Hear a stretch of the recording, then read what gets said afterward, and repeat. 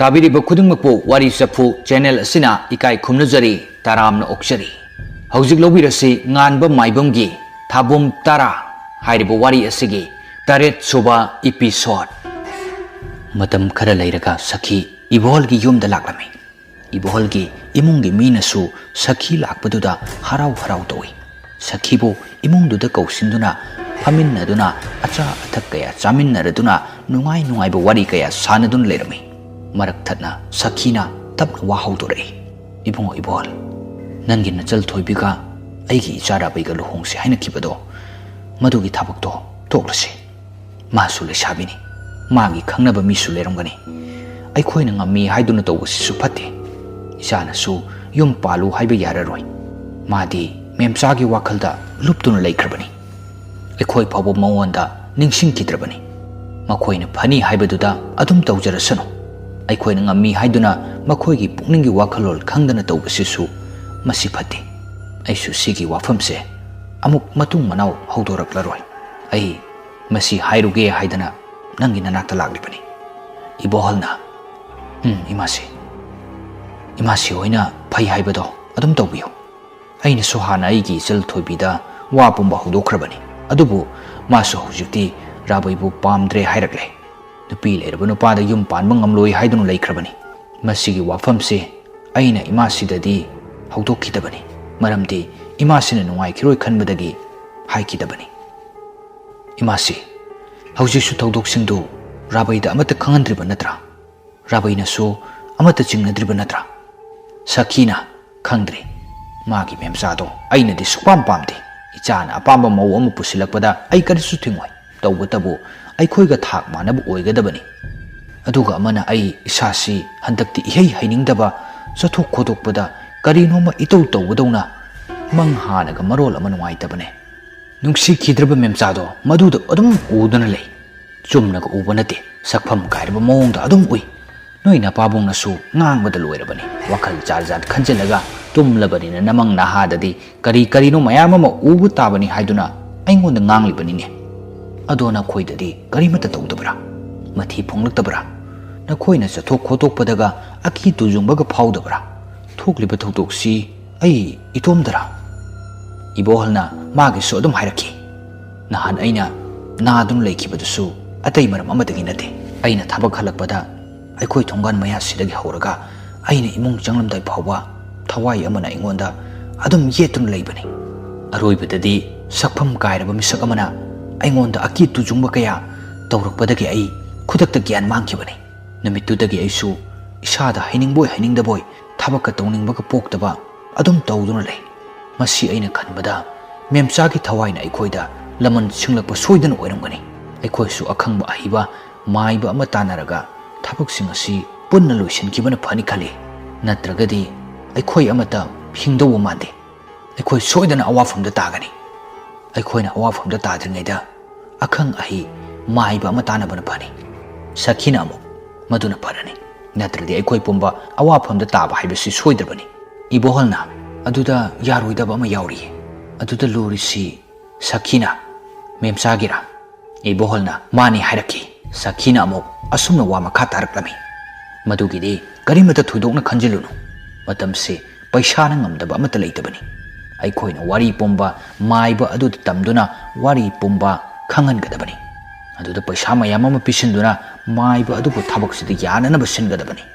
adudagidi aikhoisu adum nungaina leiradobani akiba kaya leirambadu amata leiraro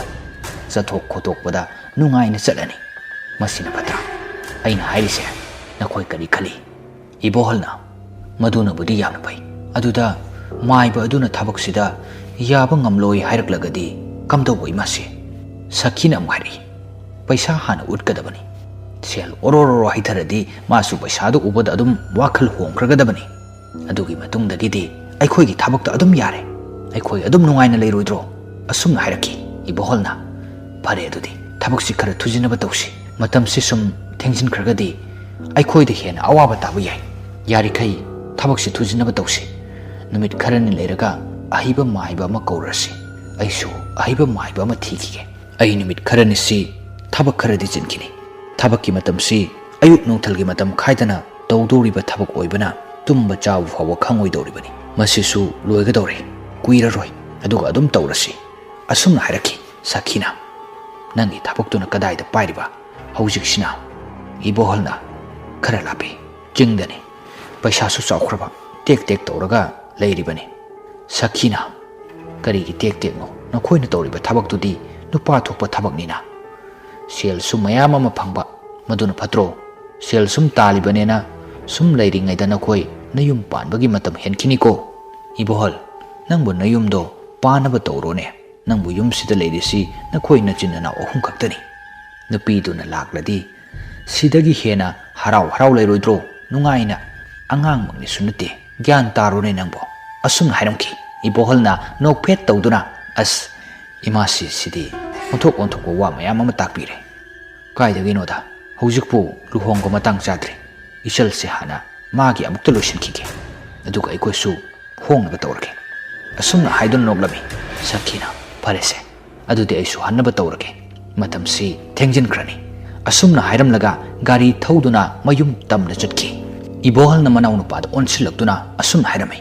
nang asomda pairiba thabak mafamduda amukta chaluso pochei khara wale haibani nang amukta yengsiluso yam thengnadi hanjalakanu nang su khangiba natra handak tawriba mayamse fajana chathoro asumna haiduna lewi manawnu pasu thabak mafam tamna chatki asomdana thoibi rabaida phone tawba lepte adubo rabainadi nongmata phone adu onglakpa kawba leite hanjin hanjin tawse adubo aremba pumnamaktai matam phanayamdi koire thoibina rabaida asumna phone tawjabase thoibigi pukningi marol ngasidi asengbado loina hairage khanduna tawjabani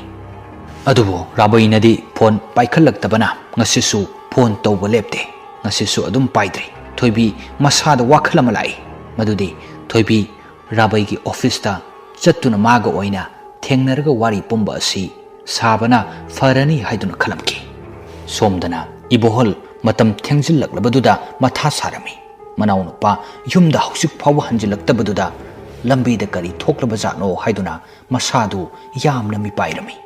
manawnu pana somda kamdori thabak mafamduda singmi singduga party tawruraga mayumda halagrami matamsu kharadi thengi lamsu kharadi lamnai makhoina thabak loriba jaga dusu chingya oibana isuk sui mi kaya tabanate mafamduda yum ama ani khakta tabani mafamdusu mai amata thanade mai uriba haibabu gari gi maingal du khaktani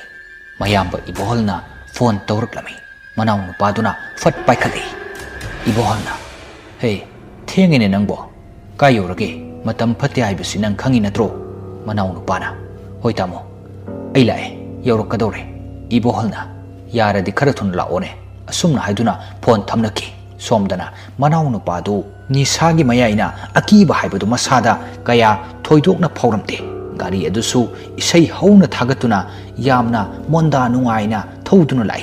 asumna thoduna lakbana jingi lambi su loisilakadore loiramdai lambi aduaida khanghaudana gari adu yarakte gari ki start adu hanjin hanjin hauna na bhonarami adubo aremba tai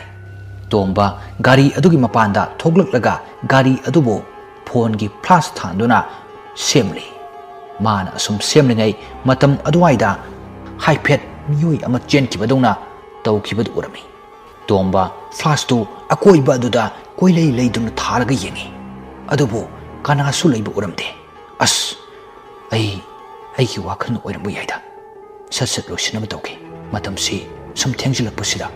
asumna haiduna makha tana yenglami gari do asum semlingai matam aduda kadai dagino khangdaba angang amana kappagi khonjal taraklami tomba mamai du amuk leithokduna yengi kaplamba angang adu kappagi khonjal takide tomba masadu haipet kirap tawi adubo thoidokna kiba haibadudi oiramde amuk nupi amana yamna ningamdana tenthana oiba ningamdana kappa adu tomba hausikti fajana taraklami mamai du leituna kapliba khonjal adubo kadomdano haiduna yengduna lei magi mamang khara oirapna miyoi ama lepagi sakpham adu urami tomba mamit adu choithoktana munna yengduna lei sakpham adu su machi amata lengdana lei thaliba flash adu lepliba sakpham adomda ꯑꯣꯟꯁꯤꯟꯗꯨꯅ ꯌꯦꯡꯉꯨꯕ ꯃꯇꯝꯗꯗꯤ ꯍꯧꯖꯤꯛꯇꯤ light ꯃꯉꯥꯜꯗꯨꯅ ꯐꯖꯅ ꯎꯔꯦ ꯁꯛꯐꯝ ꯑꯗꯨ ꯎꯔꯨꯕꯗꯒꯤ ꯇꯣꯝꯕ ꯃꯁꯥꯗꯨ ꯈꯪꯄ꯭ꯔꯦꯛ ꯈꯪꯉꯤ ꯌꯨꯒꯤ ꯅꯤꯁꯥꯒ ꯈꯪꯍꯟꯍꯜꯂꯤ ꯃꯉꯣꯟꯗ ꯃꯨꯟꯅ ꯌꯦꯡꯗꯨꯅ ꯂꯩꯔꯝꯃꯤꯕ ꯁꯛꯐꯝ ꯑꯗꯨ ꯌꯦꯡꯕꯗ ꯌꯥꯝꯅ ꯑꯀꯤꯕ ꯄꯣꯛꯄ ꯁꯛꯐꯝ ꯑꯗꯨꯅ ꯃꯃꯥꯏ ꯄꯨꯝꯕ ꯂꯣꯏꯅ ꯈꯨꯝꯖꯤꯟꯈꯤꯗꯨꯅ ꯃꯈꯣꯡ ꯑꯗꯨꯁꯨ ꯂꯩꯕꯥꯛ ꯃꯈꯥ ꯇꯥꯗꯅ ꯄꯥꯏꯕꯣꯏ ꯂꯦꯞꯄꯣꯏ ꯇꯧꯗꯨꯅ ꯂꯩꯔꯝꯃꯤ ꯃꯃꯥꯏ ꯑꯗꯨꯁꯨ ꯏꯈꯦꯡꯇꯅ ꯊꯜꯂꯕ ꯃꯃꯤꯠ ꯅꯥꯃ ꯆꯤꯡꯊꯣꯛꯄꯒꯤ ꯃꯑꯣꯡꯗ ꯇꯧꯗꯨꯅ ꯊꯔꯥꯛ ꯊꯔꯥꯛ ꯌꯥꯟꯗꯨꯅ ꯃꯉꯣꯟꯗ ꯌꯦꯡꯗꯨꯅ ꯂꯩꯔꯤꯕ ꯑꯗꯨ ꯎꯕꯗ ꯇꯣꯝꯕ ꯃꯐꯝꯗꯨ ꯊꯥꯗꯣꯛꯇꯨꯅ ꯆꯦꯟꯈꯤ ꯃꯥꯅ ꯆꯦꯟꯈꯤꯕ ꯃꯐꯝꯗꯨꯁꯨ ꯆꯤꯡꯂꯣꯝꯗ ꯆꯦꯟꯁꯤꯟꯈꯤ ꯇꯣꯝꯕꯅ ꯑꯁꯨꯝ ꯆꯦꯜꯂꯛꯄꯅ ꯃꯁꯥꯗꯨ ꯋꯥꯔꯦ ꯍꯥꯏꯗꯨꯅ ꯎꯈꯣꯡ ꯑꯃꯒꯤ ꯃꯈꯥꯗ ꯐꯝꯗꯨꯅ ꯂꯩ ꯃꯥꯅ ꯑꯁꯨꯝ ꯐꯝꯂꯤꯉꯩ ꯃꯊꯛꯂꯣꯝꯗꯒꯤ ꯃꯥꯒꯤ ꯂꯦꯡꯖꯨꯝꯗ ꯃꯍꯤ ꯑꯃ ꯇꯞ ꯇꯞ ꯇꯥꯔꯛꯄꯒꯤ ꯃꯈꯣꯜ ꯑꯃ ꯇꯥꯔꯛꯂꯝꯃꯤ ꯇꯣꯝꯕ ꯇꯥꯔꯛꯂꯤꯕ ꯃꯍꯤꯗꯨ ꯄꯥꯏꯗꯨꯅ ꯌꯦꯡꯉꯨꯕꯗ ꯆꯅꯞ ꯆꯅꯞ ꯂꯥꯎꯕ ꯑꯃ ꯑꯣꯏꯔꯝꯃꯤ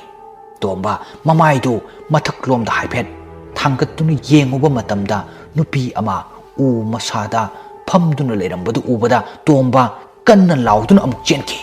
ꯃꯥꯅ ꯑꯁꯨꯝ ꯀꯟꯅ ꯆꯦꯜꯂꯛꯄꯗ ꯂꯣꯈꯥ ꯑꯃꯗ ꯇꯥꯁꯤꯟꯈꯤ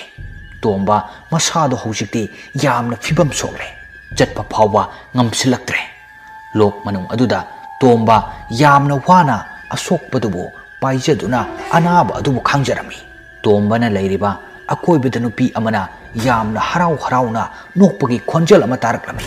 ꯇꯣꯝꯕ ꯃꯁꯛ ꯎꯗꯕ ꯁꯛꯐꯝ ꯑꯗꯨꯗ ꯑꯁꯨꯝꯅ ꯂꯥꯎꯗꯨꯅ ꯍꯥꯏꯔꯝꯃꯤ ꯉꯁꯤꯒꯤ ꯑꯣꯏꯅꯗꯤ ꯃꯇꯥꯡ ꯑꯁꯤꯗ ꯂꯣꯏꯁꯤꯟꯖꯔꯦ ꯃꯊꯪꯒꯤ ꯏꯄꯤꯁꯣꯗꯇ ꯋꯥꯔꯤ ꯑꯁꯤ ꯀꯔꯝ ꯇꯧꯔꯛꯄꯒꯦ ꯍꯥꯏꯕꯗꯨ ꯃꯌꯥꯝ ꯄꯨꯟꯅ ꯑꯃꯨꯛ ꯉꯥꯏꯃꯤꯟꯅꯁꯤ